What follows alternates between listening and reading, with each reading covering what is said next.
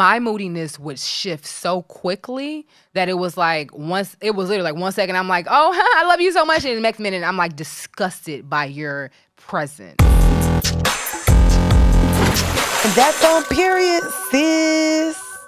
The information expressed in the following podcast is intended for edutainment purposes only and was created by and belongs solely to Period Sis series. Please speak to your healthcare provider before making any healthcare-related decisions. Welcome back to another episode of Period Sis. I'm your host, Mandii B.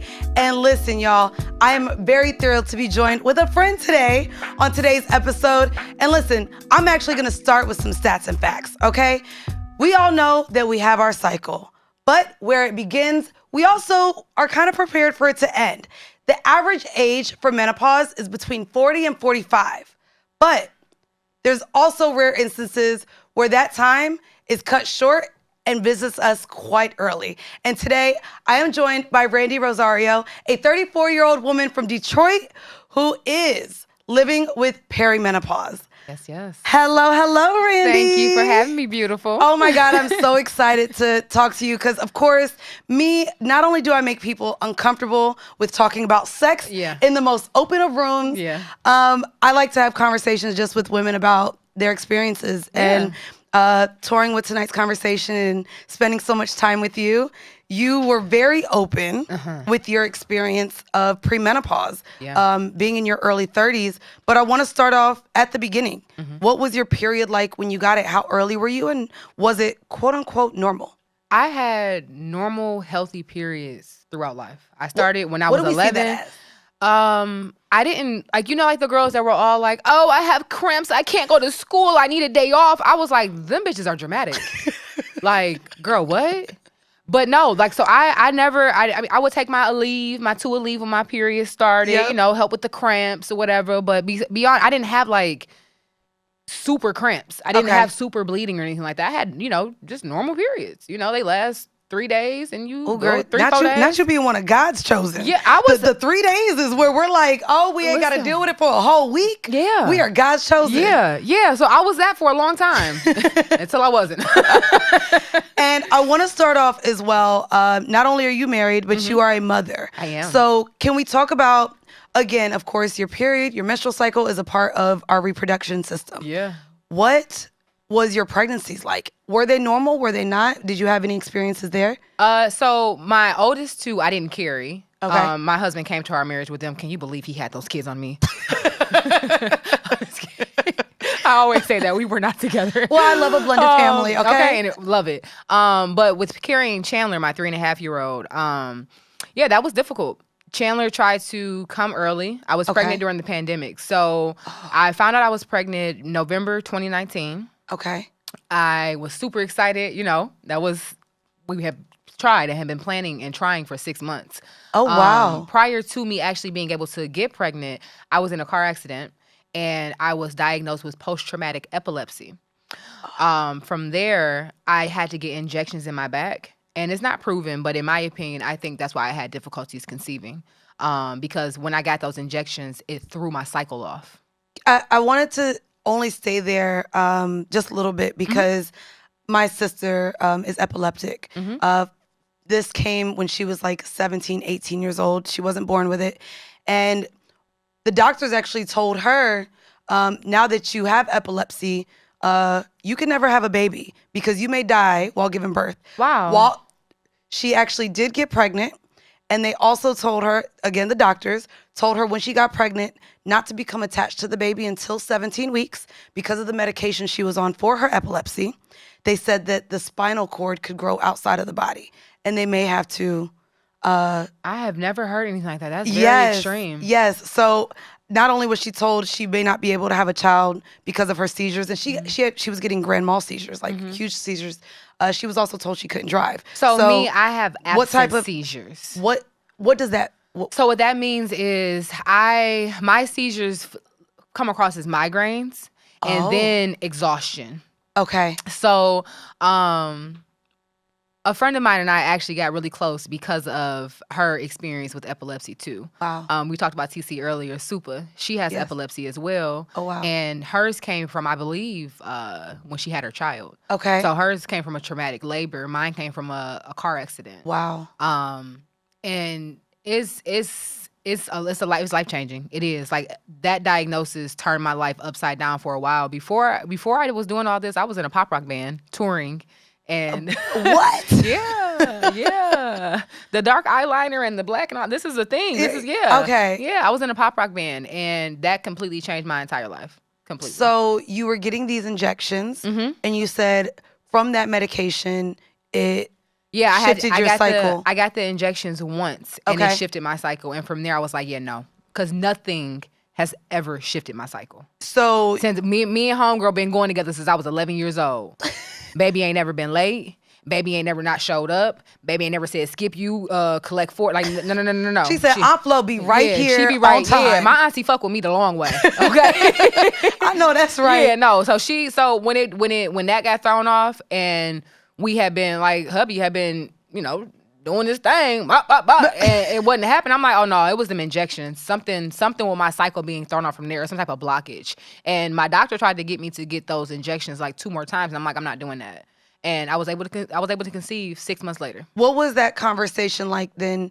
Once you realized your cycle was thrown off, did you go to a doctor or gyno knowing that like it had never been shifted? No, I didn't do it because I knew what it was. Okay. Had I not gotten the injections and my cycle was shifted, then I would have been worried. Okay. But because I got you can kind of play process of elimination.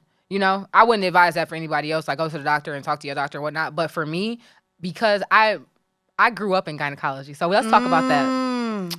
My godmother is a gynecologist. And my mother was her medical assistant and office manager for 15 years. So these were conversations you had. I grew up, since I was 5 years old, I've known what chlamydia, herpes, syphilis, and all that shit is. I bullshit you not. So when I went to an all-girls high school, and I was the person that everyone would contact, like, hey, I got a discharge, or it smell like this, or I need some birth control. Like, I've always been that person. So I love that. Yeah. I love that. Oh my God. So you're working on having a baby with your husband. Yeah. And you do get pregnant during the pandemic. I do. What was that pregnancy like? Overall, initially it was smooth. Okay. Initially it was smooth, exciting, because it's like, you doing things the right way, the way that you were taught to do it. And if you're not watching on video, there's air quotes here. Air quotes the right way. And it felt really good. It felt good to know that I was doing what, as a woman, what we feel like part of our duty here is to be a mom. So it was like, okay, cool, my turn. Not my turn. And then let's get into delivery and labor. So before we get to delivery and labor, so I found out I was pregnant in November. Mm-hmm. COVID started to hit for real around January without a name. Okay. But the name popped out in March. March, yep. When the whole world shut down. Yeah. I was supposed to get an anatomy scan that March. Okay. And I was terrified. So I didn't go. Because of COVID? Because of COVID. I was terrified. So the anatomy scan is literally them saying, okay, count the toes, count the hands, count the everything looks right. Everything looks good, the valves to the heart and all that stuff. And the initial anatomy scan that I went to, the doctor was like, oh, we can't see his heart. And I fucking hate doctors. You're not the only one. I do not like a lot of doctors. The midwife literally told me, oh, we can't see his heart, and I can't confirm that it's doing what it's supposed to be doing, so we're going to send you to a specialist. Bitch, you can't confirm or deny, so why are you planting this seed that something could be wrong? Right, even in your head. Yeah. Because now you have to go to a specialist, which means you don't have answers today. Exactly. You got to wait till your appointment is set. Exactly. So I wouldn't have left out of there. I need you to confirm or deny. She couldn't give me the answers I needed because my baby, like most babies, when you put an ultrasound to your belly, the baby like freaks out because could you imagine like you literally, it's almost like you're laying in bed in the room next to you, someone just blasts music. Right. Like just bah, bah, bah, bah, bah, bah, bah. They're hearing all of that noise and whatnot. So the kids in the belly like, oh shit, get me out of here. What's going on, right? So my kid, like they did that. My kid's like, I don't, you can't see anything. Get me out of here. What's going on? And that's what babies do. Wow. It's not not normal to not be able to see the full anatomy because you're literally pushing sound waves into this child's, like, the ultrasound is some shit, bro. Wow. You feel me? So from there, everything was good. We went to U of M. U of M people were beautiful. God works in mysterious ways. Okay. The doctor that I worked with at U of M happened to be one of my husband's best friends. Hold on, here, catch up. My husband, I'm doing the family tree. I saw the face drop. My husband's best friend, girlfriend, best friend. Oh, I got that one. Who happens to also be my cousin's best friend's girlfriend. Okay. So it came from two ways. Her name is Dr. Angie. She is amazing. Okay. Like, amazing. She the vibes at U of M was amazing. I walked into the room. It came felt like a spa. The music was all serene and shit. The lights was all low. You know what I'm saying? Like, it was beautiful. Like, my baby gonna let you see him because this shit feel good. And sure enough, he did. He sat back. And everything was healthy with him. Everything was good. 2 weeks later, I went back for another checkup. And when they checked me, I was 2 centimeters dilated. Oh. This was at the end of March. No. Beginning of April. So you are in your second trimester. I'm due at this point August 6th. So this is early. This is a big deal. This is early. This is huge. This is 21 weeks. The doctor comes in, and this just to paint the picture of how traumatic and heavy this was. During COVID, you couldn't have your mate with you in the doctor's office.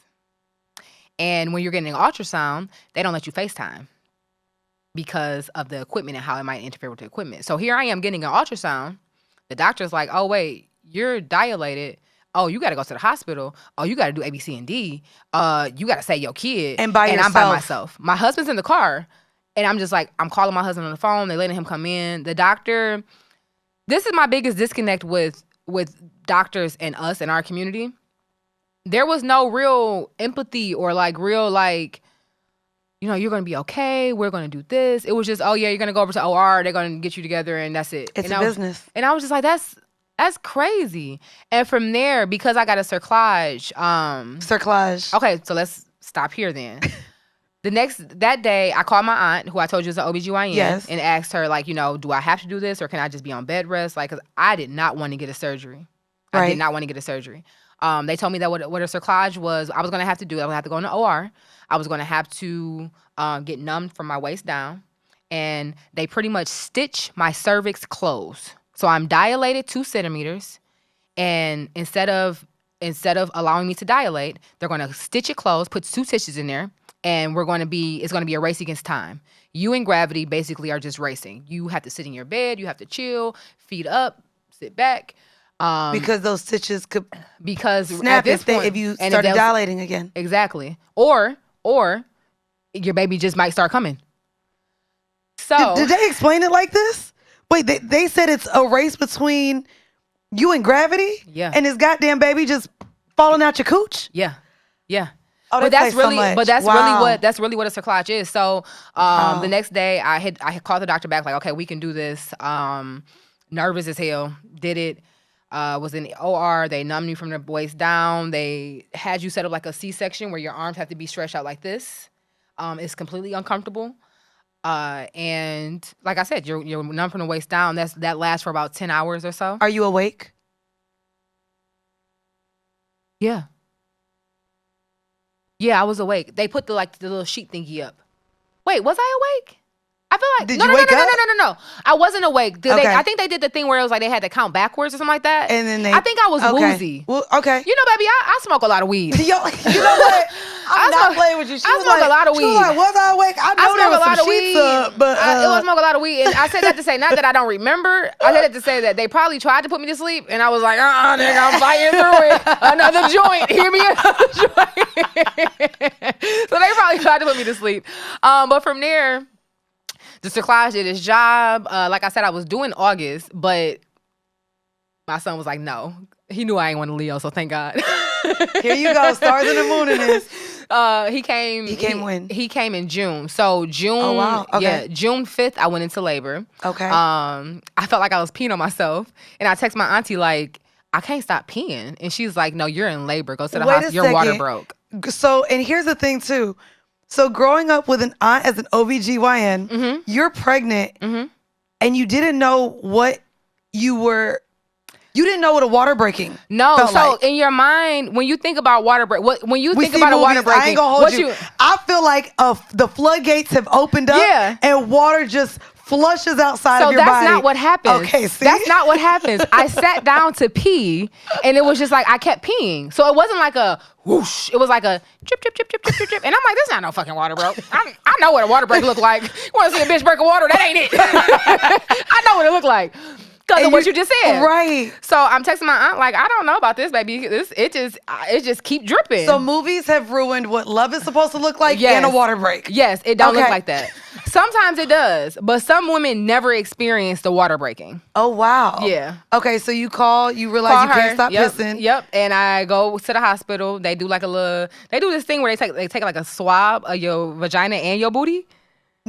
They do. It's like to see if you have a certain bacteria on your booty, and if I don't know what. Well, they probably do that because a lot of the conversations that I've had with women during pregnancy is that it splits, like the gooch splits during pregnancy. I'm glad you didn't. No. But sometimes you have to like sew that back. No. They do it because it's like if your test is positive, you have to do it. You have to have certain medicine before you go into labor. Okay, that makes sense. So the baby isn't. Yeah, so going through that. Yep. Yeah. So went into labor. Was in the hospital for a week because he did not come. They gave me magnesium and one other thing to kind of make it so he wouldn't, like, basically if he did come, it was going to protect his head. Oh, wow. Okay. Yeah, they were preparing. Shout out to Beaumont Royal Oak. Y'all did y'all thing. Y'all did y'all big one with that, okay? So they gave me that. I was there for a week. Shout out to my family. Everyone took a schedule because at that time, COVID was still there, but you can have one visitor a day. Good. So my sister, my mom, and my husband created a schedule to all come visit me. My god sister, Alyssa, my best friend, she came to regularly. My sister, Shari, my mom, and then my husband came one day. My sister, Shari, was the last visitor. And then at like 3 o'clock in the morning, I went to the bathroom, and it was like big blood clots. And I was like, oh, yeah, no, it's time. And I text JT like, hey, get up here, big dog. He's coming. Yeah, he's coming. And that was on June 10th. He didn't get here until June 11th. So does that count as 5 days of labor? In my head, yes. Oh my goodness. In my head, yes, it does. But your son comes out, healthy baby boy? He had to be on oxygen for all of 5 minutes. And that was beautiful because of how much of a preemie he was. Right. He spent 21 days in the NICU. Wow. But Chandler is running around telling everybody they're losers and so this was how many years ago? 3.5. It'll be 4 years in June. 3.5 years ago, you give birth to a healthy baby boy. Yes. And now present day, you are premenopausal. Yes. What was that time gap like? When did you realize you were entering premenopause, and what were the symptoms? What were the things that changed in your body to make you be like, some ain't right again? If we can be honest, I thought I was going through it when I couldn't get pregnant. Oh. Because my grandmother started going through premenopause at like 29, and my mom started going through premenopause at like 32. Did you feel the need to rush getting married and trying for a kid because this was in your family? Oh, no. They didn't like pressure you growing up? Hell no. Okay. They didn't even talk about it. No one talks about. So I didn't realize that everyone in my family experiences what they experience on this level until I started talking to my cousins about it. And my grandmother last year just told me, oh, girl, I still have hot flashes. And I said, girl, what? Fuck you. What? Girl. But yeah, the women on my mom's side of the family, they all experience this to some degree. So let's get into that. What are the symptoms and what is it? How does it affect you? Do you like, and I might even ask, do you still bleed? Like, what is that? So I still bleed. Okay. I still bleed. Once you get deeper into peri, the bleeding comes more sporadic, just like menopause. Yep. For me, my periods, I'm flow fuck with me. Okay. Mine is more so just from my tests from my doctors that I've gotten, and some of the symptoms from peri is moodiness, which is like, bitch, you're always moody, so I don't really know if it's peri or it's just you, bitch. So one of them is moodiness and excessive moodiness, and that was one of my big things because how would someone who may just hate their job or be dealing with a cheating ass man or the stresses of being a mom and living life, how would you even be able to differentiate between just being moody and potentially being perimenopausal? Is it beyond control? Okay. My moodiness would shift so quickly that it was literally like 1 second I'm like, oh, I love you so much. And the next minute I'm like disgusted by your presence. Boys, I realized that, I may have been a little irrational today. A little? Shut up!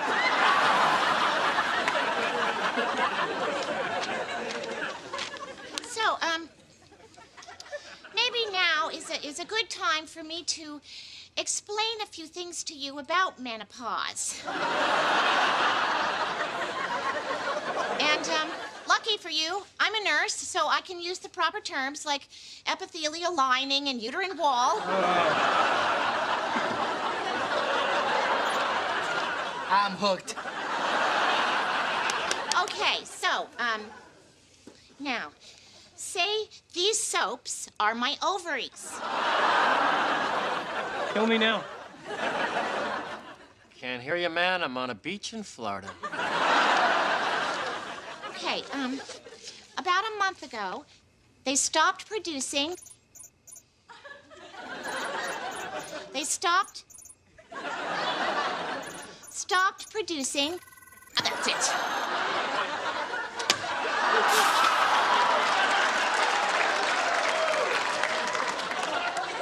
What is wrong with you? Were you dropped on your head? Yes, I was. And up until now, everyone had the good grace not to mention it.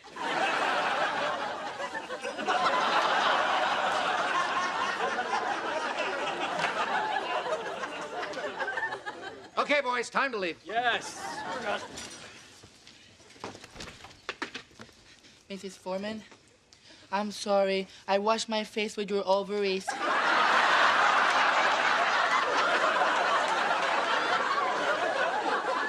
Get out. Oh, wow. Absolutely. So if it's like beyond control or it's super extreme, I think that's usually something connected to hormones. Now remember, I ain't no doctor. I'm telling you my experience. I also love you drawing that parallel too, because there could be women that are dealing with that in older age that may, because everyone wants to diagnose everybody, may just think they're bipolar or may think it's like a mental thing and not even consider that it's hormonal. Yeah, hormonal as fuck. And you're literally trying to balance and you're trying to go. I literally salute women, especially moms, that are going through things like this and still have to be everyday parents. I know for a fact I'm from a place of privilege because 2 of my kids are with their mom half the month, and the kid that I birthed is with my mom half the month. Oh, wow. So I know that, my whole perspective on things is very much so from a privileged place, but I feel bad for a lot of women that are going through these things that don't necessarily know what they're going through, what their experiences, and are they're about to lose their mind dealing with the everyday, mundane stuff that they're doing with their kids and their families. So they can't even be there for themselves or show up for themselves because they have to show up for everyone else. Outside of the mood swings, what are other symptoms that you experience? You see my fan right here. Hot flashes. And that's all I think I know. For me, menopause is hot flashes, no period. Hot flashes, moodiness, no period. Your sex drive can go down some. Okay. I will say that too. We had to figure some shit out. Well, what did that look like? It looked like even we the randomly having sex and my coochie ain't working. It looks like we having sex and he doing all the shit that usually make her gush, and she just kind of like, okay, whatever. What? Bitch, we love this shit. What did you do? What is going on here? But yeah, the dry vagina is also a side effect of going through early menopause. So then what did you do? Was it something to where you guys came together and was like, we gonna find some lube flavors, some ones that work for us? We didn't necessarily need lube. Okay. So what ends up happening is, this is where my ADHD kicks in. Okay. A lot of the times, have you ever talked about ADHD and sex in real life? Not really. Okay, so in real life, ADHD and sex, like, if you're not with someone that understands your mind and where your mind goes on certain things or your sensory issues, things can get deep. I have genuine sensory issues. I joke about it all the time, but in real life, don't touch me with no fucking wet hand.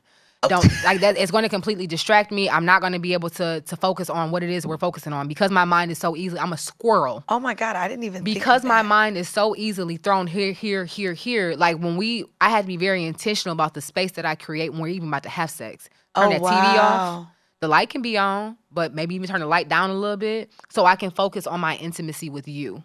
Because if not, I'm so easily distracted. And if my mind goes to something else, like it even to the point where like in the morning times, I don't like to get my day started and then go back to have sex. I need to have sex first and then go get my day started. Because if I try to have sex in the midst of my day, I'm going to be thinking about it's going to throw it completely. I'm supposed to be going live right now, or I'm supposed to be, talking to this person, or I got this booking this weekend. I don't know why, but that's just how my mind works. So yeah, ADHD and sex is weird too. Oh my goodness. So the dryness. Yes, that happens. Sex drive. That was so awkward. So can you imagine and you married now. Like, yeah. Like, can you imagine like how that probably felt for him and his ego and for me? It's all awkward. I'm like, no, I really do love this shit, bro. Like you in there right now. I appreciate it. But it's like. What was that? I mean, clearly you don't have that conversation in the bed. Yeah. So is it with a doctor? No. Do you have it over dinner? Like, how do you let him know that, let me educate you now on what my body is going through at a very earlier age than I expected it to? Yeah. Like, what did that conversation look like with your partner? So he knows about Perry, and he knows what I'm going through because he knows that, and not to jump conversation, my doctor told me pretty much like, hey, if you want to have more, you probably got like 2 or 3 more years. But look, I don't want no more. But said it like that as well? No. That was just how I received it. She was probably like, my doctor now is amazing. Okay. But she was pretty much like, hey, you ain't got that. If you gonna do this again, let's go ahead and do it. Outside of just the moods, the dryness, the hot flashes, now family planning comes into play. Absolutely. But you both were in agreement that I've always wanted 3 kids. He got it right. He came in with 2. Okay. Oh, you manifested that one. Absolutely. I always wanted 2 sons and 1 daughter. Absolutely did. And that's what you have. Absolutely did. But in regards to having the conversation about the dryness with him, we didn't need a doctor only because my communication with my husband is A1. Okay. Because we've gotten to a place, we've been married for almost 5 years in May. We've gotten to a place where we can have those weird conversations, those uncomfortable conversations and say, hey, this is what's going on, or hey, I felt earlier that, you wasn't as into it as you usually is. What's going on with you? And I had to let him know, like, hey, this isn't me. This is literally either my mind being distracted or, Perry. Like, it's a response that I can't necessarily help. Like, because usually, like I said, certain shit, the thumb and that usually, the getter button. The getter button is crazy. The getter button usually gets her. But also, and the fact that you out here talking about, listen, my auntie, Miss Aunt Flo, and then we got Perry over here. Yeah. You done named. Yeah, because you got to have the characters. They there. They live with us. They're not going nowhere. Yeah. And I think it sucks so bad that we don't have these conversations because so many women in their early 30s are going through or experiencing some early symptoms and don't know what they're going through. They're like, oh, my period just sucks now. My period shifted. Yeah, baby, because you're going through early signs of the shift, of the change. That's what you're going through. I ain't gonna hold you, Randy. You got me wanting to go to the doctor because I thought I was just fed up with all these ain't shit ass niggas. But maybe my sex drive is coming. You're a little fed up with these niggas. It's the first one. It's the first one. But yeah, I mean, I question that myself too. Like, okay, I feel like my sex drive has shifted or changed, but also, I'm dealing with life. But yes, also understanding that maybe it's time for that yearly. And it's okay though. Like, it's okay for that shift to happen. Like, we growing.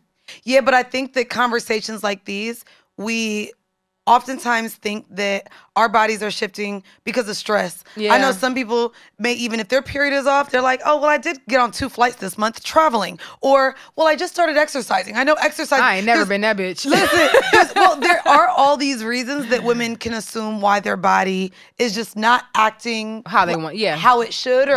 And there's normally all of these outside factors that we sit here, that we'll blame instead of going to the doctor. Yeah. You know what I mean? Yeah. So I guess now, knowing that you're premenopausal, do you know the time frame before you now reach menopause? What are the conversations now looking like with your doctor? Outside of, you got 2 to 3 more years fertility-wise. Outside of that, it hasn't been too much of anything. Wow. Besides, I have a cocktail that I take. It's like an nausea medicine and like a allergy medicine. And Okay. it's basically it's a knock me out cocktail. Okay. That she gave me, like, hey, when you're feeling this nausea and these hot flashes and whatnot, I take that. I only usually have to take it like twice a month. Okay. So that's very beneficial. Another thing that we talked about was changing my diet. So for a long time, I was vegan, and then I was pescatarian. Oh, wow. And then in the past 3 years, I just started working meat back into my diet. Okay. In the past 2 months, I started working beef back into my diet, specifically to help with iron. Okay. Because your iron levels can all play a factor into how you're feeling and all of that stuff, Of course. too. So just working beef back into my diet, which was told to me by my doctor, that she was like, hey, wow. that this might be beneficial for you as well because your iron levels are affecting certain things as well. So that could help. My iron levels were so low, I was going to need a blood transfusion. Holy shit. Yeah, my iron levels was bad. And so taking iron supplements wasn't... It was almost like if you put air into a tire that's leaking air. Okay. And eventually, Okay. like you can do it. You can keep putting air into it, but for the air The to leak stick, is- right. you got to put a plug in that motherfucker. Right. Right. So that's pretty much what it was like with my iron levels. I could take the iron supplements, but as fast as it's coming, it's going. My body isn't retaining. Your body almost has like a supply, right? Right. Your body has a supply of iron just kind of stored, right? My iron like storage battery was low as fuck. Like it was It just non-existent. wasn't recharging. Exactly, and was Okay. not recharging. Okay. It was no matter what supplement it was, no matter how many dark green vegetables, no matter how many beans a bitch ate, it was not. It wasn't refocusing in properly. So yeah. Just go ahead and give me a steak. I want to get back to kind of your family history just a bit because, again, I mean, I make the joke, the way I'm a freak, my mama got to be one. I make jokes that things genetically just get passed down between us. But with you, it's premenopause that you found out only after you started experiencing this. Yeah. Did you go through genetic testing to see if there was anything else that you were susceptible to, or just what was your family able to share with you about all the things they had experienced? The only testing I did was for breast cancer. Okay. And why was that? Because my mom's sister, had breast cancer cells. Okay. My mom did the test as well, and she was negative. So I kind of was like, okay, I'm good. But I was still like, oh, let me make sure. you Right. know? But outside of that, my family never really, because these conversations are so taboo, and we're like, Taboo, but you grew up with a gynecologist. Yeah. Wow. Yeah.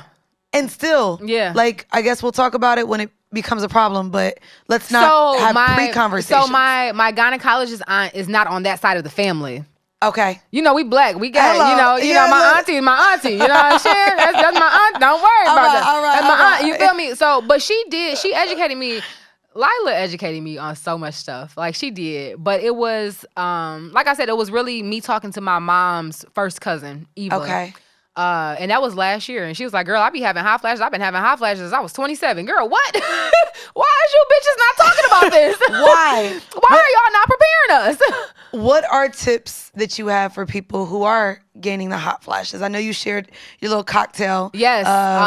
But yeah, what are things that help you get through these symptoms of perimenopause? Knowing your cycle and knowing what to expect.